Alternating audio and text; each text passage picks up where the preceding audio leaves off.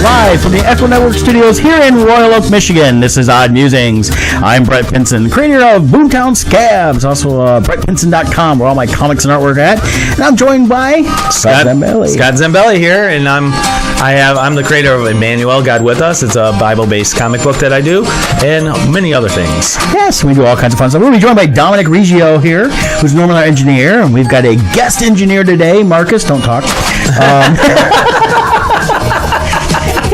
No, he's pretty cool. It'll be fun. Dom, just help him get the board started. Those watching us on the video here, you'll notice the empty seat. That's where Dom will be sitting here shortly. And we'll talk about Frozen Fish Fiasco and Donny Brooke, his comic book on that.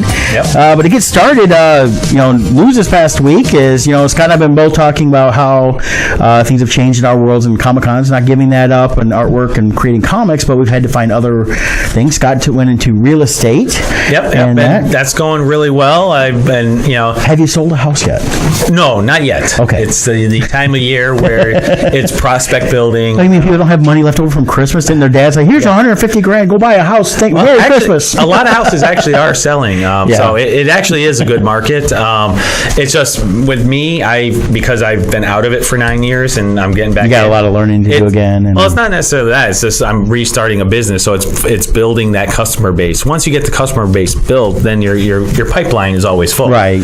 And the leads you get today usually turn into sales 3-4 months down the road. Yeah. So I'm in that process, but I've been building it up, and it's going really well. I'm very happy with how it's going. So awesome. And I was telling Scott, I joined a company called Shipt, SHIPT.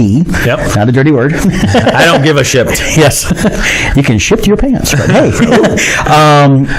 And it's a grocery delivery service. Nice thing about it, works for me on allowing me to set my own schedule, work as much or as little as I need to, so I can continue to do everything else I'm doing, including creating stuff for our Oddland series, and for Oddlands, and getting ready to do Comic-Cons again, and things like that. Atlanta coming up, so we're getting ready there, getting our print orders in place, repacking our stuff because we're flying out.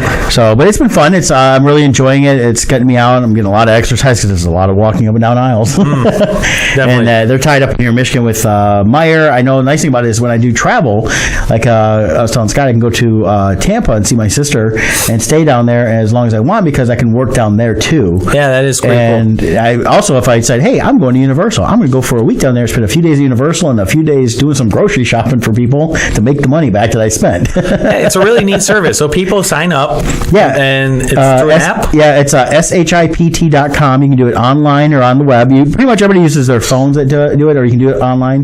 Neat thing is to communicate with the customer. Majority of it does through text, but they can call. Someone says, well, I don't have texting, or I'm not good with it. Call me. Because when you're searching for stuff, it's not, sometimes they're in stock when they place the order, but things do go out of stock. Yeah. And you show up like, well, they don't have this, so I'll text somebody and say, here's a replacement idea. Right. Or there is no replacement idea because there is out and there's nothing else like it, and you let them know that too. Yeah, very cool.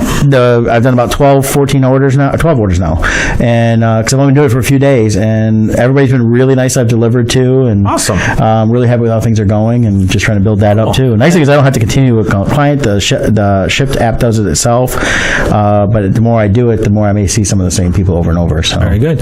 And then with ninja-like reflexes, Domininc moved into his seat there. I didn't even notice him. How's it going, Dom? Great. Awesome. Thanks for having me on, guys. Yeah, I'm glad you could join us this time, actually on air and not just hanging out behind the board, playing on your phone, doing your Pokemon Go. Yep. Yeah. Of course, I'm going to be just as bad as you are, but it's going to be. Did you hear about the new Harry Potter app? No. Yeah, there's a new Harry Potter game app. It's going to be very similar to Pokemon Go. Oh, boy. With all kinds of different stuff. And I think when you move around, you can do different things like duel with other wizards. And, of course, wearing my Potter Weasley shirt, Right. Yeah, I'm going to be like you. You're Pokemon. I'm like, I'll be like, obliviate. But can you obliviate the Pokemon? That's the question. I'm working on that. When worlds collide. That would be great. Wizards versus Pokemon. So any excitement this last week for you? Yeah. Excitement, stress, lunatics. Yeah, you're in the final stages here just before the Frozen Fish Fiasco, which we'll be talking about a little bit later. But how is it managing all that workload on your own? I mean, in years past, it was more stressful. Now I've done it. This is going to be year 9. So I've got it down. Every year I'm getting better at, Of course, you've taken on an important title this year. What's that? The mullet judger. Yes, true. So That's very true. So what's going on with this competition here so people can look it up if they want? It's called the Yarmer Yager Mullet Memorial Trophy because for best hockey hair. Because he had an amazing mullet. Yes, he had the best. It's a known fact. He had the best hockey and the hair. trophy is even sculpted after his likeness. Yes, our friend Bruce Gerlach made this. Yeah, it's very close to his likeness. It's weird. Poor Bruce. It's just an award for hockey hair, but I'm telling you, we have like 700 votes on this thing. Yeah, 15,000 views or shares. I mean, it's as soon as you have a trophy, it becomes real, and people become crazy. Yeah. People are messaging me. Do you know that people are voting more than once on here? Yeah. Are you going to be taking? You care even of have grandmothers from Oklahoma. Yes, coming at you. Well, it's like it with anything, though. I mean, you get I've seen like tattoo contests, and people are like, "Oh, that's cool. I may do that." There's a trophy. Wait, there's a $2 trophy? Right. Yes. I want that piece of plastic. And, it's my parents were hockey parents at one point, but while you're a hockey parent during that time, you are walking amongst the worst people on the planet. Yes, they're absolutely insane, and I have no patience. I'm already half Italian, half hockey player. I have no patience. So now they're testing my patience, and I'm losing it. I know you don't swear on this show, but I'd really get my point across more if I could cuss. But so if you tune into, we need a bleep button. Well, and for those who don't know Domininc, in addition to he's our engineer usually on the boards here, but you're involved with Echo Network, and you have Motown Mojo Live on Monday nights, correct, at 7 p.m. on Echo Network here. And you're on live from 7 to 9. 7 hours, man. Mm-hmm. Yep. And then also you got Mess Bucket Comics, which you have your new comic book here. Yes. Donny Brooke, which is it officially for sale yet, or what stage is it in? Yeah, it's not on the website or anything. I only have a limited number of copies right now. I had to have them priority ship me 100, and the rest are coming hopefully in the next couple weeks. So this Comic-Con season, they'll be ready and they'll be at your tables. And my first Comic-Con, Astronomicon in Sterling Heights, February something. I don't know. My head's spinning. Sometime figure it out. I think it's in 2 weeks. That sounds right. I'll have them there. I'll have the full thing, and I'll have it on messbucketcomics.com and everything. Yeah. Well, we'll talk a little bit more about that in that segment, but welcome aboard. We're glad to have you on. Thank you. Thanks for having me. And you get to chime in a little bit more this time. Okay. All right. And real quick, I don't see her online yet, listening or watching, but hopefully we're still live. I don't see anybody watching right now, but Sue McBride, one of our valued listeners, I saw online she had eye surgery to remove a cataract and looked like she's recovering, so she's home listening. Sue, hope you're doing well and feeling better. Yep. And then you had some news also you want to talk real quick. Oh, I was just going to quick mention a good longtime friend of mine. Their brothers, Gary and Jerry Tong. No relation to Al Tong of our show, but their father, I've known them since when I first moved to Michigan in 1986.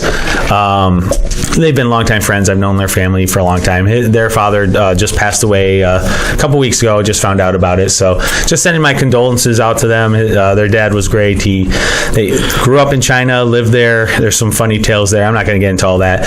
But, he came here having no knowledge of the culture, the language, no money, self-made. And, they got their own family business going. He put 2 kids through U of M and MSU, and have a great family guy, and he was dedicated to them. So just my condolences to their family, and, my prayers are with them.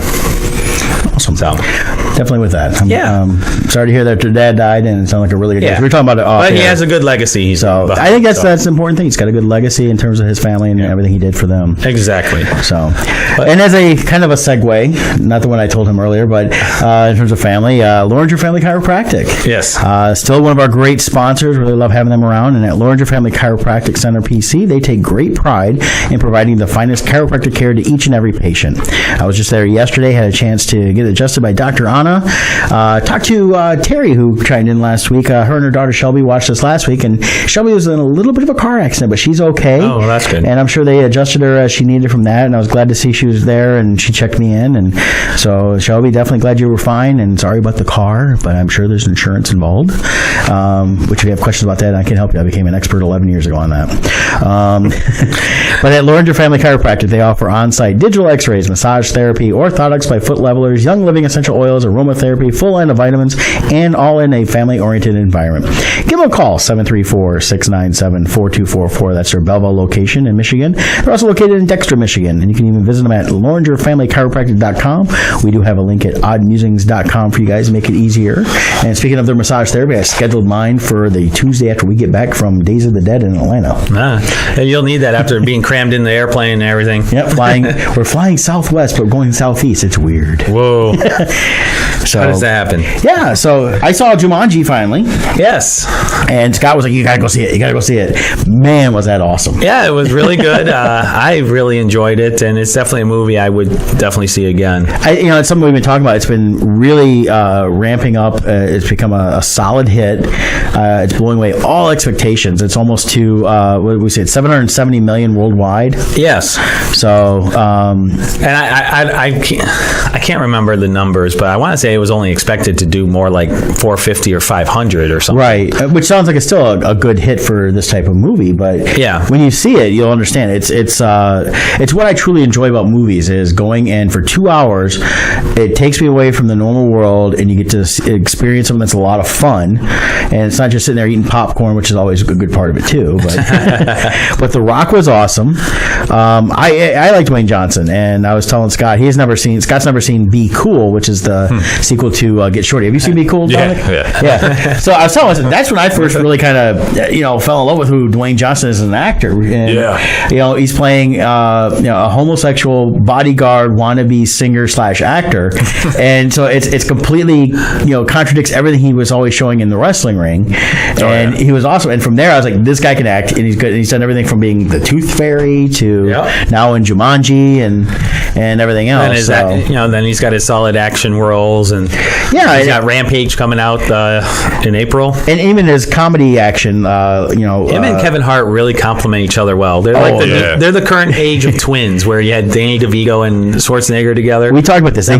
need to do a twins movie. That would be a perfect twins remake or whatever. It would be awesome because they're both, they really work together. And you can have and in fact I would even switch the roles a little bit, if they could, if you want to be more just have The Rock be the Arnold Schwarzenegger and make him dumb, make him like make him more like the shyster kind, like they got really switched around wrong and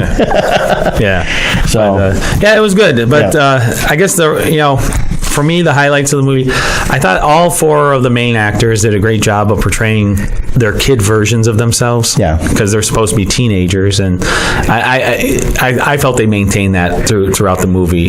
Well, yeah, it was great because you have Jack Black actually is supposed to be a teenage girl, a very self-involved teenage girl. Can't live without her phone. Yeah, and selfies, and that was great. And gets eaten by the hippo. She's like, oh my god, oh god. And then you've got Kevin Hart's character who was the big jock. He was the big jock, and now he's a small and he can't go in the water because he's got the backpack. And the best part was and this is not a spoiler. The Jumanji is not a board game; it becomes a video game right at the beginning. And we knew this from watching the trailer, of course. And the best part is they incorporated aspects of a video game into that adventure with them. Yeah, I like how they had the non-player characters, the NPC characters, and they could only say like pre-programmed lines. Yep. And I love the weaknesses though. When you see the weaknesses were great on that, and the strengths. You had dance fighting with Amy Pond there. Karen Gillan. Yeah, that was great. And she was the highlight for me though. In her, I did like her outfit in her shorty shorts. Yeah, she played the kind of quiet nerdy girl that didn't really talk, and now she's in shorts and a half shirt. And and then she became the hot girl. And, I I loved when she had to learn how to flirt. Yeah, but we've been talking about these movies and how certain things have been a little different this past Christmas season for movies. Yes. And well, yes, Star Wars has made almost $1.3 billion. It's really not the juggernaut it should be compared to how some of these others have been going. It's had big drop-offs. Like Jumanji has been pretty solid the last few weeks. It's been the number one movie for a few weeks in a row. And not just Star Wars. The box office as a whole has had a rough year. Yes. Whereas Jumanji far surpassed what was expected. Yeah, it's almost twice what they were expecting to do. What is it? And it's still 70 worldwide. Yeah, and it's still going strong. Yeah. When I saw it, it was in the morning last week, and there were still like 30 people in a morning screening seeing it. Right. And schools in session, so it wasn't like people were just bringing now their some kids. Interesting comparisons. You got Star Wars at 1.3, but to me the real shocker is it's beat out Justice League. Justice League had 655 million worldwide. Yeah, that's just unbelievable. See, Justice League should have been where Star Wars is. It should have been over the $1 billion mark. I think it shows that people really aren't wanting that type of movie from them. Yeah, I think with Jumanji they really hit it with. There's so much heaviness in the world as far as every time you turn on the news, or even down to playing football now. You try to watch the NFL. There's a political component, which thankfully it seems like they've been taking that attention off, and it's been going away. But people want to just have fun. So they need an outlet. I think that movies are multifaceted. There is movies that are meant to be here. We need to give you a message. Here's a story that needs to be told, and that's fine. When it becomes all about every movie having to have these different meanings, or you're preaching to you, when it's like, wait a minute, I'm seeing a Star Wars movie. This doesn't feel like a Star Wars movie, and that's what it felt like with Last Jedi to me, without getting too much into it. But I go in and expecting one thing, come out going, why are they preaching to me about certain things? And the way they did it, I felt they did it in the wrong way and didn't fully express themselves like they wanted to, and have had to constantly. Rian Johnson, who directed, constantly every week. It's like, well, here's why this is this. Here's why that is that. Let me explain why I did this. It's like, you shouldn't have to explain a Star Wars movie. Well, and with Jumanji, where's the director explaining every detail? Yeah, he hasn't. And it was a good story. And they had a fun story. And they had stuff in it. They talked about bullying in school a little bit. They talked about the different cliques you get in school and how people were friends in elementary. When you hit junior high, high school, you're not friends anymore because you go into different groups. Without getting too deep into that. Yeah. But in other movies, it's like you watch The Greatest Showman. It started off at about $8.9 million for the opening weekend. Mm-hmm. So at that point, it's like, oh, that's gonna be a loss. The next week, it jumped up. They're talking about the percentage jump. It's like 21 is the rating number they're giving it to jump up. Where most movies are around like a 7 or 8, because there's usually a drop off. Where this one, that one every week has been jumping up every week. It's been the top 5 because word of mouth has been so huge on it. Yeah, it's like I saw it a few weeks ago. I loved it. I had a friend online. It was a former teacher of I think my sister had her, but we know her, Chris Riley, and she I saw La La Land. I just don't get it. I commented, you need to go see The Greatest Showman. I thought La La Land wasn't as good as everybody thought it was. It was okay. The story was a little off, in my opinion. But Greatest Showman told a fun story. It wasn't always factual in terms of historic, because it's historic fiction, but the music was great, and that's what historic fiction. Yes, that's kind of like it was Abraham Lincoln versus the zombies. Yes, or Vampire Hunter. Yeah, well, it's what they call it. It's historic fiction because you get some truth to it. Like, yes, Abraham Lincoln was the president at the time. Although we do know that movie was mostly true. Well, of course, he could sling that axe, and it was really going on. The Civil War was a distraction from the zombie apocalypse and the vampire apocalypse and all that. Crazy. My biggest pet peeve with historical fiction, though, is I think, unfortunately, half the population out there will never, ever actually look into what the real event was. Well, they'll actually start believing it. Well, that's what most Westerns are. You take two movies in the 90s, Tombstone, which is one of my favorite all-time Westerns, but then you look at the Kevin Costner, Wyatt Earp. Well, he told more of the truthful version of it, the factual. The other one told the legend, and we see something like The Greatest Showman. It's more the legend of P.T. Barnum, with some ideas in around that, because there's a lot of stuff they left out. As going back and reading afterwards, they left out all these other stuff going on at the same time. Yeah. If they did a true historical movie about me, 90% of it is just sitting down watching TV or drawing. It'd be a very boring movie. It's Scott in his 20s going, maybe I should grow a beard. And so I grew a beard, and he says, I shaved it off, and I got to grow it back quick. I just proposed Chris Hemsworth in a sleeveless shirt portraying me, and I'll be fine with that.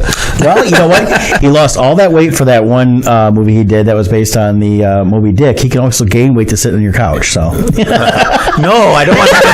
I want him to be historically fictional about me. Yeah. You have the legend. I want the Thor arm when he portrays me. Right. the Legend of Zambelli. That's right. The way Scott draws himself. That's right.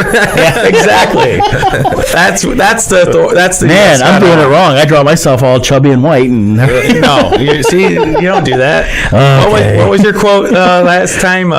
when you know the legend. when you know the truth, you print the legend. Yes. Well, and that's what makes historical fiction kind of fun in certain movies. Correct. And you go back and watch even older movies. I watched a few weeks ago the Mark Twain story, and you have Mark Twain narrating it. You know, the actor that played him, and it was Frederick March, I believe. Really good movie, and it tells his whole life. And of course, they left out a ton of stuff, and then it skips and jumps ahead. Like at one point, I'm writing a book. Next thing is he's a famous author and he's doing his tours.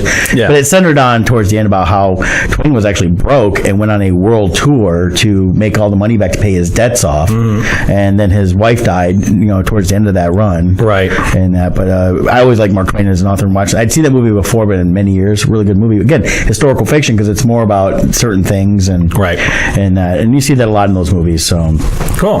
but yeah, the state of the box office is interesting right now. I mean, you were talking about certain. I think what it is I think people just want to go have fun right now.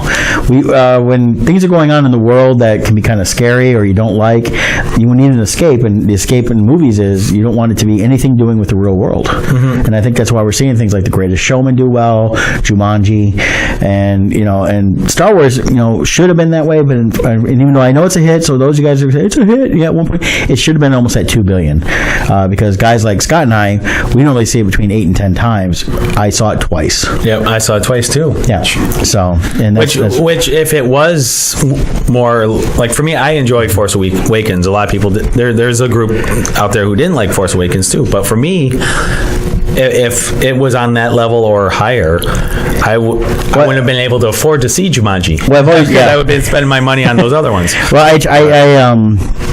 I treat the Star Wars trilogies as each are 3 movies, but it's a long story together. Yeah. And I did that with the prequels, and I expected this here, and then felt such a departure that set me aside. And give me the money to go see other movies. Of course, now I've got, and they're not a sponsor yet, so if they're listening, MoviePass, we want you to sponsor our show. Oh yeah, use the Movie Pass. That's cool. Yeah, $10 a month. You can go to one movie per day. It's a 2D. You can't do 3D or the IMAX with And it. you can't see the same movie twice using the Movie Pass. Correct. So I couldn't go see Jumanji again with it. Right. But nice thing about that is it's a great way to check out movies. I haven't gone since I saw Jumanji because I've been busy with the new job and everything else. But I'm going to try to go catch a couple of these movies that are all nominated for Oscars now. Yeah. And I wasn't planning on seeing most of them, but now with the card, it doesn't cost me anything unless I get popcorn or pop, and I don't always need that. Well, it's basically Netflix for the theater. Yes. And even with Netflix, there's a lot of shows or movies that I normally wouldn't watch, but since it's already paid for, it's like, well, let's see how this is. And I'm often pleasantly surprised. So. Yeah, so I like the Movie Pass. I'll definitely be using that and keeping it going and that, as long as they have it and that.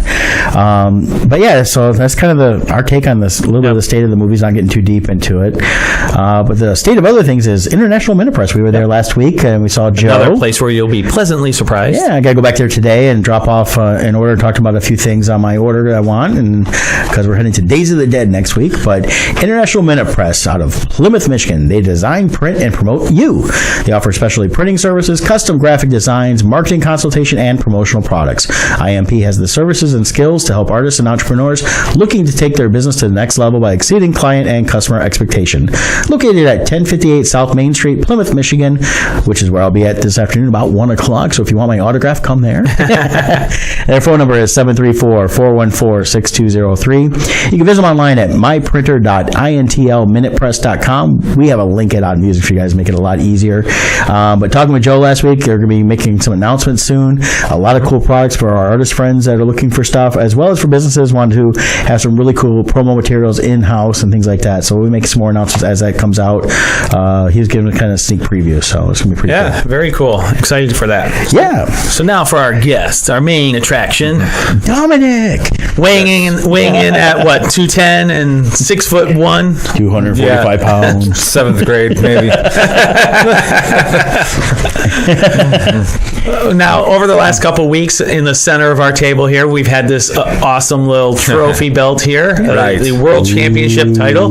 This is a custom-made belt that Domininc had made for the Frozen Fish Fiasco. Tell us a little bit about what is the tournament that's going on, and what are you raising the money for, and how do they earn this belt? Yeah, it's not necessarily a tournament, but a series of games, just a bunch of one-off games. Okay. So players from all different ages, talent level, genders, come and play. We have 11 games in 2 days. We have mites, peewees, we have men's league teams, and we have the UAW versus Alumni Red Wings game. And the UAW is the major sponsor of title sponsor. Yep.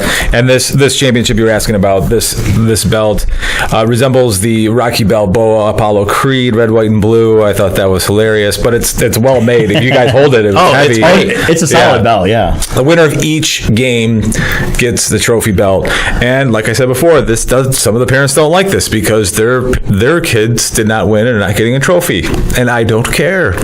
You lost. You get nothing for losing. You're a loser. Okay, so you're going to be Willy Wonka. You lost. Yes. Good day, sir. That's right. And not only do their kids not get a belt if they don't win, but if they do win, the whole team has to share the belt. That's right. You're not giving a belt to every kid. Well, not everybody gets a Stanley Cup. Right. Yeah. But Right. So I don't like to share it. Like each person gets it like for a week, and they get to take it on tour. And right. I mean, it's I don't do the participation trophy thing, but I think it's cool. Like I said, when you win something like this is I don't think it's ever been done for a hockey game before. It's very unique, right? And it's cool. It's now, fun. Are the teams you mentioned people? Are they all like club teams and things like that? So they're like a normal team, or are they just people that came together to play for this? Mostly teams. Okay. We've got Travel hockey. Yeah, Little Caesars organization will be there. I think we have Jimmy John's. We got a couple of men's league teams from all over. We got Ohio. I'm not sure if we have this team coming from Windsor yet, but and we're going to be on CW 50 this year. Awesome. Yep. Oh, okay. Half-hour special on the event on CW 50. I'm excited about that. Yeah. You know when that's going to air? Not yet. It's going to be a Saturday, one of the following Saturdays at 11 a.m. I don't know which one yet. So it'll be kind of like last year, except that was a different network last year. Right. We had Fox Sports previous years. Right. Yep. Very cool. Yeah, they were out there last year. And then, of course, the main attraction is the Red Wings alumni. Correct. They will be there to play is it the last game of the whole thing? No, it's a middle game on Sunday at 1 p.m. Okay. Yeah. So we don't know. I'll have the final schedule this afternoon, actually. I mean, not schedule, roster for the Red Wings. And even that's tentative because, like last year, Klimo ended up being double booked, and he ended up at another event last year. Yeah. He's always in trouble running around. Well, we'll get that shared on the Odd Musings page, which you get that posted. So okay, cool. Too, yeah. So. But I know. So John Ogrodnik, old Red Wing, he was talking about it on Fox 2 Monday morning. Yep.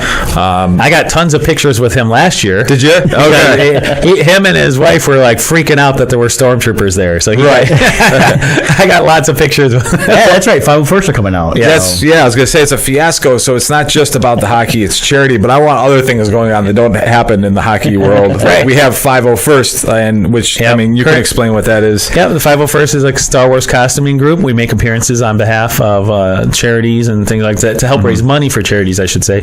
And so we're the official Lucasfilm type costuming group that, all of our costumes are movie accurate. As of right now, we have a Stormtrooper, a Biker Scout, and I forget the other one that's going to be there. But we have 3 so far, and we may be getting some more. So we'll see in the 40s. Hope some of these guys listening come on out. So. Yeah. Now, the thing I want to know, you mentioned 11 years doing this now. How did this get started? 9. This will be year 9. Year 9. Okay, 9 years. Okay. How did this get started? This got started. I had no idea this rink was here. It's bizarre. Okay, so my family had a business right across the street on the other side of I-75 at the Detroit Produce Terminal for decades, right? Yeah. And I would go up and down I-75 to go to hockey tournaments in Canada. Going right by this place, not knowing it was there. Nobody I knew that played hockey knew that this outdoor rink was there. And I stumbled across it. My friend Dave Gentile told me about it. He said there is an outdoor hockey rink in Detroit, in the Mexican town. I said, no, there is not. What are you talking about? It's impossible. And we went and I saw it. It was beautiful. And they told me that, man, we're running on fumes. We're, we don't have city funding. We lost city city funding in 1991. I'm like, wow, is there anything I can do? They're like, well, I mean, if you can find a way to donate money. So over the years, I started with one game. My men's league team, the Cedar Point Carp. That was the name of the team. For those of you that have been to the mine ride in Sandusky, Ohio, you will know those mutated carp that I named my team after. So we played this other team, the Whalers, and it started with that. We passed the hat around. We got like $500. Is that the Plymouth Whalers? No. Or the Hartford Whalers. Hartford Whalers. All right. Yeah, real original name there. Yeah. The Whalers. But so it grew, and next year we had 2 or 3 games. Now we've got 11, 12 games, and we've raised over $100K for the park in 8 years. Yeah, because they get zero funding outside of actually barely anything. I think that every year is a new deal. It just keeps getting worse. But no official funding. They have no official sources of funding as far as from the cities or anything. Like a tiny. Okay. As I was saying, it just keeps getting worse. It's next to nothing. Yeah. But there's all kinds of cool things that happen. Like I said, we have the 501st. I mean, there's a picture with the Red Wings and Star Wars characters and fish and championship belts. And then Marcus Concernicus here, he plays the organ live at the event all weekend. Very cool. Dun, dun, dun, dun. Like, it's cool. It's an old school thing. Fun. Yeah. You got to have the organ in hockey. I agree. This is exciting because the last few years the NHL has been doing their Winter Classics, outdoor playing and stuff like that. Right. This is awesome. You guys are really continuing that old tradition that people forgot about for a while. Oh yeah. I'm playing hockey outdoors, especially in Michigan, and then the weather changes every 5 minutes, and everyone's telling me, what's the weather going to be like? I say I don't know, and they say why? Why? I'm mortal. I don't know what to tell you. I don't know why I don't know what the weather's going to be for sure. We live in Michigan. I have no clue. Yeah. So if people do want to come to this event or donate to it or anything like that, where do they go? Where do they find you? FrozenFishFiasco.com has the schedule. If you'd like to donate, more information than you'd ever want is there. My information, if you'd like to email me questions personally, and if you want up to the date, up to the minute information, you go to our Facebook page of Frozen Fish Fiasco. Awesome. Very cool. Yeah. Now you have this mullet trophy. We touched on it at the beginning. Sure. So, we had a bunch of names for the mullets, though. We should cover some names. Like Tennessee Mud Flaps and Canadian Passport. Yep. And then they came up with the Michigan one, which would now be called the Michigan Red Man. And because mullets really are a part of hockey lore or tradition. The hair, the hockey flow, as they call the different hairstyles. You get initiated. It's like that little rat tail the Jedi have. Yeah. There you go. Yeah, you gotta have the little braids. That's what you do next year is a rat tail. Now, so how many people tried to get entered into this contest? How many submissions have you had for their mullets? Well, okay, so there's 11 kids and coaches in the contest. Right. The slots were limited, but you had a lot more submissions than that. Yeah. There's, of course, right after the mullet was that popular again. right after I ended the contest, I had 15 screaming parents. Why have you already started this?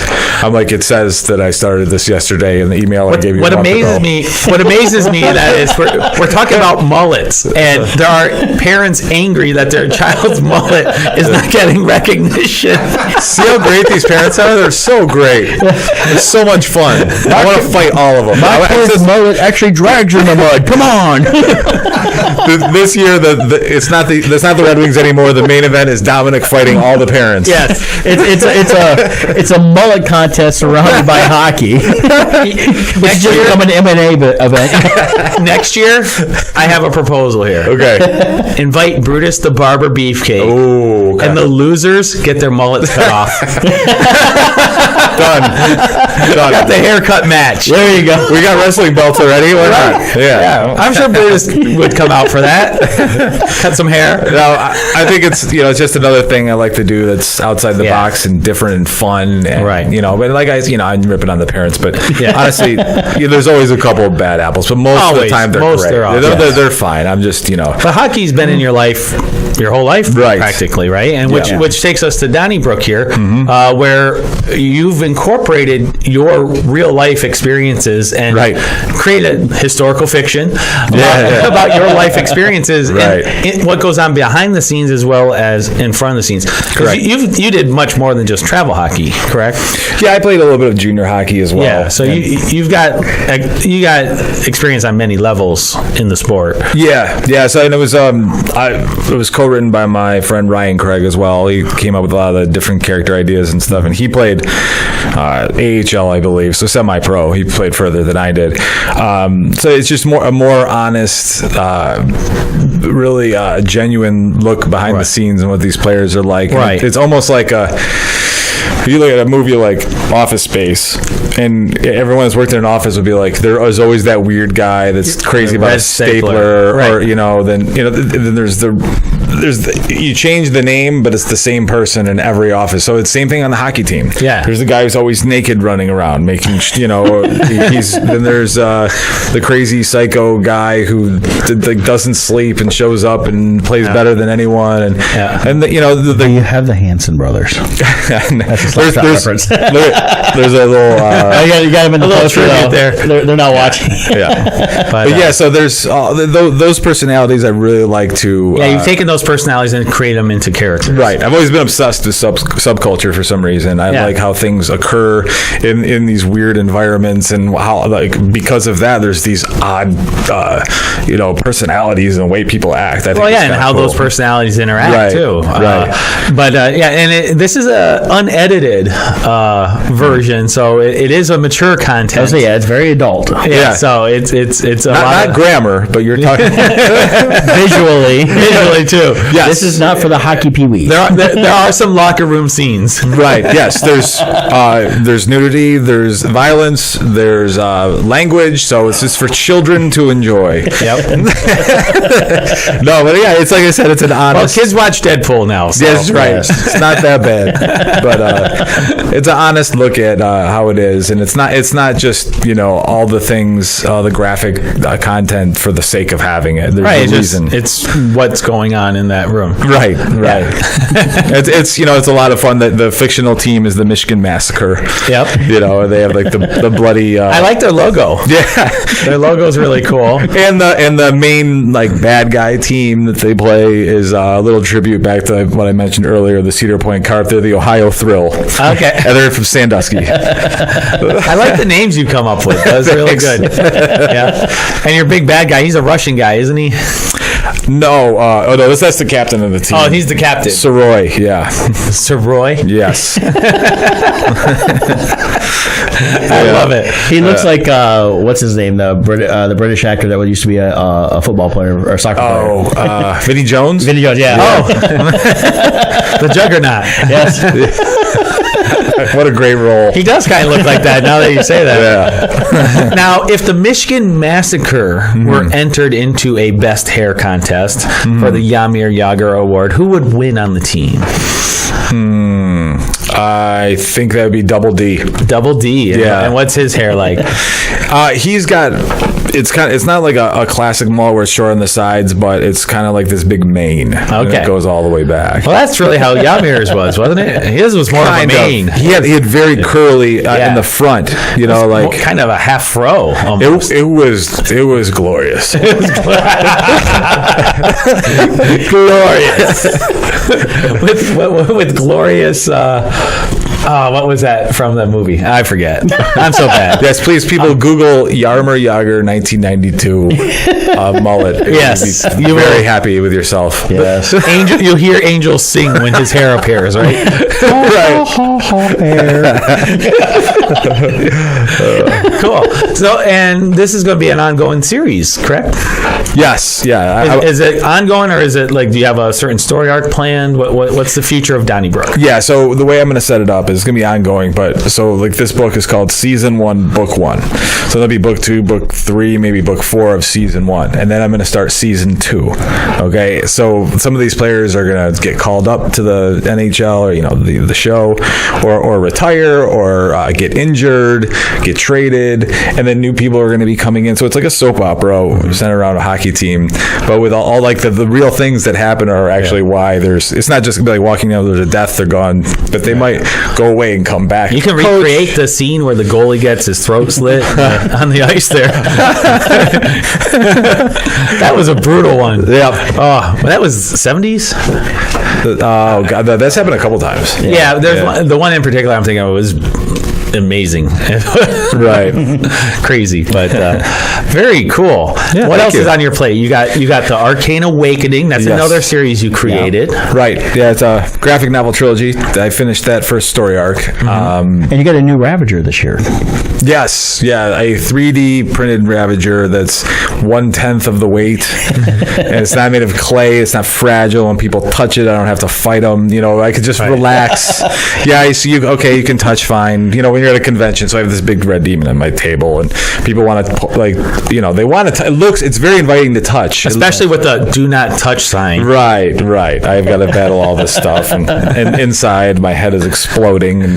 So I have the new Ravager, and we have those are also available at messbucketcomics.com, and hopefully I'll be able to keep going with that story in the near future. Awesome. And you got the main character, that Mojo. Mojo, yes. Which you named Motown Mojo Live after. Tell us a little bit about Mojo, because this is a really cool character. Yeah. So the story is it's one last battle between heaven and hell. Winner takes Earth. So there's two teams. It's like X-Men meets Supernatural. Mojo is the popular good guy. He's not the leader. He's a popular good guy, kind of like Wolverine. He drinks whiskey and speaks in all Doors lyrics, a descendant of Jim Morrison. Yes. So you gotta love that. Very unlikely hero. I think it's funny enough that Jim Morrison may have went to heaven in general.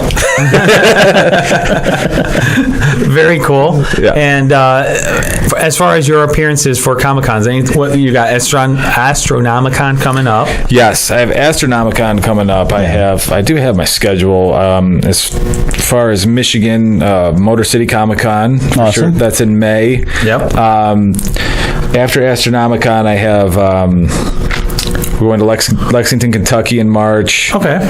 Gem City, Indiana Comic-Con, and Flint, hopefully, in second week of March. Yeah. I mean April. Or April, yeah. Yeah, Flint's April, yep. So, Cool. so I know I'll be at Flint. Nice. And Yep. that'll be fun. I'm doing Motor City with you and Indiana. So, Which of those places you can eat at Flint? I don't know. I want to eat them all of them. What's that Well, restaurant? I usually do the little cafe for breakfast. Right. This is where at the Flint Farmers Market? Yeah. Yeah, And Farmers then Market. for lunch, I just start grazing. It's also good. And of It course, is. besides eating breakfast, Randy's always awesome to bring in some donuts. Right. I believe it's Donna's Donuts up there. And those are so good. And I always have to buy the butter beer because they sell butter Yeah. beer at that little convenience shop in there. in the glass, so that'll be fun. And I love that show. It's just a great, Yeah. a lot of cool fans come out that never come to other Comic Cons, and then the food's always great. And you get to hang out with us in the fall one that we did, the little fall one that was fun. And but yeah, so you're gonna be at Motor City. It's great. I know Scott and I are gonna be there. That's another local one, and then you're coming to Indiana with us. And Yes. Scott's not gonna be in Indiana though. He won't be there. He decided, I'm not gonna go to Indiana because I want to stay home. That's what he said. I did say that. No, That's the Easter show, right? it's the Easter show. Yeah, he's got his reasons, which are fine. But So y'all in Indiana are gonna miss him. So not like he was really there last year. You worked the table with Vinny last year, didn't you? yes, with T-24, which takes us good segue, Brett. Yes. Which takes us into another one of our awesome sponsors. T-24 is a unique creator of pop culture T-shirts and vinyl decals at T-24.com. You'll find over 140 graphic tees, hundreds of vinyl decals based on your favorite movies, TV shows, comic books, and video games. So go to their website at T-24.com. That's TEEMINUS24.com, and check out their fun selection of products. And after you find something, I need more periods and commas in this. Isn't Vinny an English teacher or something? I'm sure it's written fine. I'm sorry. I'm running out of breath for some reason. Check out their fun selection of products, and after you find something you like, use coupon code ODD, that's ODD, at checkout to get 10% off your entire purchase. You can also follow T-24 on Facebook, Twitter, and Instagram, where they post about their latest designs and share updates from the conventions they attend. And those watching can see that Scott and I are wearing our shirts. Dominic is not wearing a Dominic is not. T-24 They didn't shirt. give you one. I know. We bought ours. Yeah, I'll buy it. I'll try to steal one. You should talk to them for next year. Have them create some Frozen Fiasco shirts. They do custom designs. Yep. That's true. And then you do like a mullet winner shirt or something. That'd be awesome. We could do some Star Wars takeoff with the 501st there, maybe. Yeah. Some kind Yeah, you can do something like that, or like I get my Harry Potter one on today, but he's got Star Wars. So. But we got some time today still left in the show. Let's talk a little Echo Network here because we've been on the Echo Network for now 39 or 38 episodes. 38 episodes. So I know it feels like 100. it feels like way more. I feel like Steve Martin from the Jerk. Last week was like 4 weeks of show. This week's like 2, and all I need is my pen, my glasses, and my iced tea. Echo Network's. It's growing and changing. And when did Echo officially start? Year and a half ago. last October, so October 2016. Okay. Yeah, so almost. Yep, right here in downtown Royal Oak. I love the location we got here. Royal Oak's a great spot. Yeah, so right on 11 Main in downtown area. If you go right outside the door, you're right on the main street. Yep. Tons of restaurants up here. Tons of restaurants. They're perfectly located to antagonize Andiamos up above when we have loud music guests. They sometimes come and talk to us. Right. I keep wanting to bring like a broom handle here and going, quiet, we're recording. They'll come during Motown. They'll come down and knock if the band's too loud. Yeah, that's they have a couple times. Yeah, if it's too loud, you're too old.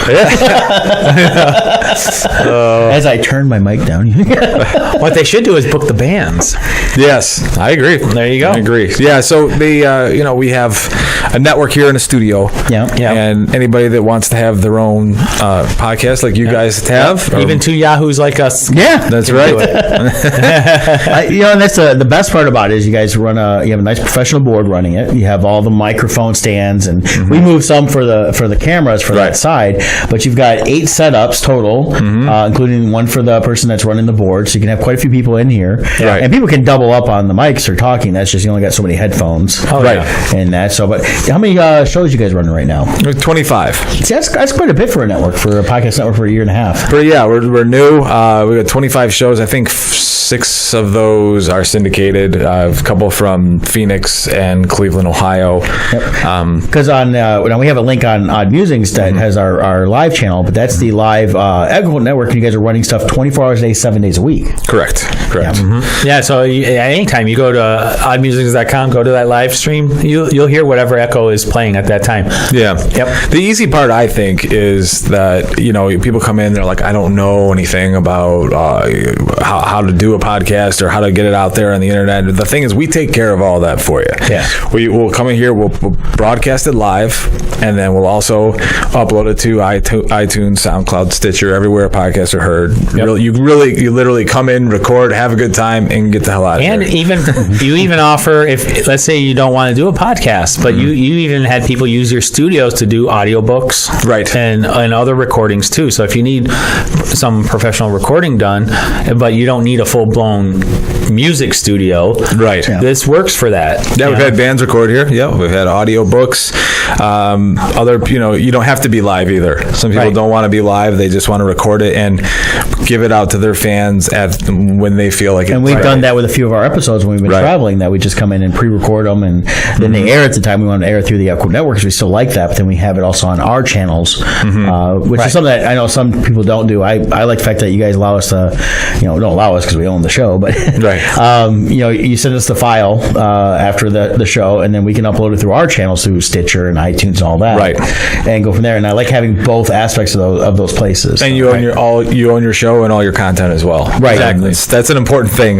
People are like, oh yeah, okay. I'm like, no, it's not always that way. There are some not to be named podcast places that when you do stuff, they basically hold your show hostage. Right. And we'll put it out there for you, and then they control that, and you don't want that. I know I wouldn't want that, because we want to have it on every platform we can get. That's why we do the Facebook Live, we do the YouTube, as well as the SoundCloud. That all works well when everything is going well, but if things don't work out well. Yeah, and I have, if things go bad, it's not saying if Echo Network was to close for whatever reason, I still have all the copies of everything. Right. So I can re-upload them through different channels as I need to. But you guys do a great job. I love the location, love the studio. The studio is great. Even from a professional standpoint too, with sometimes we've had sponsors and come in where they saw the studio firsthand. They're like, oh wow, this is like a real thing. Right. When they hear podcasts, there's I don't know if stigma is the right word, but they assume you're just sitting in your bedroom recording something. And when they come a laptop and a little teensy microphone. Right. And when they come here, and it's like, oh wow, this is amazing. It's funny when you go to like a radio station. It's not always big and bright and nice. Sometimes it's in this little. It feels like you're in a closet recording, and I'm like, this is radio. This is really, I'm like, your studio is actually nicer. Yeah, not always. Not always. Some of like you have a couch. Right. There's Clear Channel, like those are usually nice and stuff like that. But some of these radio stations that are in the top three, small independent local ones. It's a closet. It is literally a closet they turned into a radio station. Well, with everything digital now, you don't have to have like it used to be with all the tapes or records. And right. It's just everything's there, and click, you're going. Well, the other benefit too is all their money goes into the giant tower they need to broadcast the signal, all that stuff. Whereas you've got the power of the internet. You don't need all that equipment, so you can invest in the actual facilities instead of a giant Uber tower. Right. Yeah, it's pretty cool. We have other features as well. We have a 24-hour option where if you want to have your own channel that's completely devoted to so we can have odd musings. You can have a greatest hits or episodes playing on a loop all day long. You can have your own channel. We're going to have that set up. I have 2 of them we're working on right now. It's pretty cool. Love it. They're doing great. It's exciting about the network. It's exciting to see how it's been growing. Love having you guys. One of our longest running shows. Are we really? Yeah. Yep. Wow. Other than Motown Mojo, of course, which is yours, but Well, you guys are on what, 200? We said 120 on 120. Monday. Yeah, but we called over the summer to the 100 one. That's right. That was the 100. That's right. We were driving back from Florida. That's when Brett decided to become a Southern accent. Right. Because we're delirious. It's Domininc, the Pokemon Go champion of the Midwest. Oh, God. You catching them Pokemons? Of course, today I tell him about the Harry Potter game that's coming out. I'm like, I'll be sitting there. He'll be playing Pokemon. I'll be playing Harry Potter. Oh, I got a podcast. Hold on a minute. I got to kill this guy real quick. Obliviate. Domininc, man, this was awesome having you on the air with us this time. You. Actually, on the air and not just hanging out with us on the board. Thanks for having me. Appreciate it. I really hope the Frozen Fish Fiasco goes well for you. Thank you. And raise a lot of money. I think it's a great program. It sounds like something, another one of those things that it's a hidden gem of Detroit. Yeah. And a much needed thing in the city of Detroit because we are hockey town. Right. And I'd hate to lose the only outdoor arena that you have here in Detroit. Right. And they have after school tutoring for the kids in the neighborhood and there's scholarship programs that are set up. It's not just about sports too. It's pretty cool. That's awesome. That's a lot of cool stuff. And I can't wait to hear next week on the show. We'll have you talk for a few minutes about how great it went. Okay. While you're running the board if you're here. It might be more exciting if it didn't go well, and I cut a promo on everyone. Yeah. Well, I mean, if it doesn't, just lie. Okay. But definitely everybody that's listening, if you got time this weekend, go out and check out the Frozen Fish. It's like $5 to get in. Yep. $5 ahead. Every line starts to the left. Go on in and check out some fun hockey. The alumni game on Sunday will be a lot of fun. Hopefully, there's some really cool guys you want to see from the Red Wings, and they'll get to bash on the UAW a little bit. So that'll be fun too. And, Ted Lindsay, Red Wings legend, Hall of Famer, Jersey retired, is dropping the puck. That's he? Yeah, and cool. I have only 100 signed photos from Ted Lindsay available there. Okay. Those are only $20. You can't beat that. We have Fiasco glassware. We have pint glasses. We have winter hats. I have one of those winter hats. Yep, new one this year, Red Wings colors. Is it big enough to fit on my Stormtrooper helmet? Same size. Awesome. Yeah. Well, since I invited you on the show, bring me some swag next week. Okay. Yes. We have, and then Donny Brooke will be available there as well. So. Awesome. And you'll be signing those for everybody. Yep. Fantastic. All right. I think it's a great thing. I'm looking forward to hearing how it comes out for you guys, and we'll see what my weekend looks like. But I think I'm working all weekend, getting ready to go to Atlanta next weekend. We're doing Days of the Dead. Yeah, not next. Well, the weekend. The weekend after. Yeah, a week from Friday. We're flying down early with Kevin Minert, and Days of the Dead. It's going to be my only Georgia appearance so far this year. I don't think I'll have another one in Georgia. Definitely the first time in Atlanta in a long time. This is my first show ever in Atlanta, so it'll be my first time. Not my first time in Atlanta, but first time doing a show there. Yeah, so we'll be promoting our artwork, promoting Odd Musings. So if we got any listeners down there that are Odd Musings and you don't care about our artwork, but you like our Odd Musings, come see us. We're going to have one of us will have the banner set up. No, we won't have the banner. We'll give you a free high five. Yeah. A crisp high five. We'll have some of our little giveaway cards and we'll sign one for you. And that, but that's all I've got this week. And Scott, how about you? Anything else? Yep, that's all good. I look forward to Atlanta, just packing up and getting everything ready. Well, I think we're done. So all right, let's go ahead and get us taken out of here. Dahmer's going to pop over there. We'll see you guys live next week.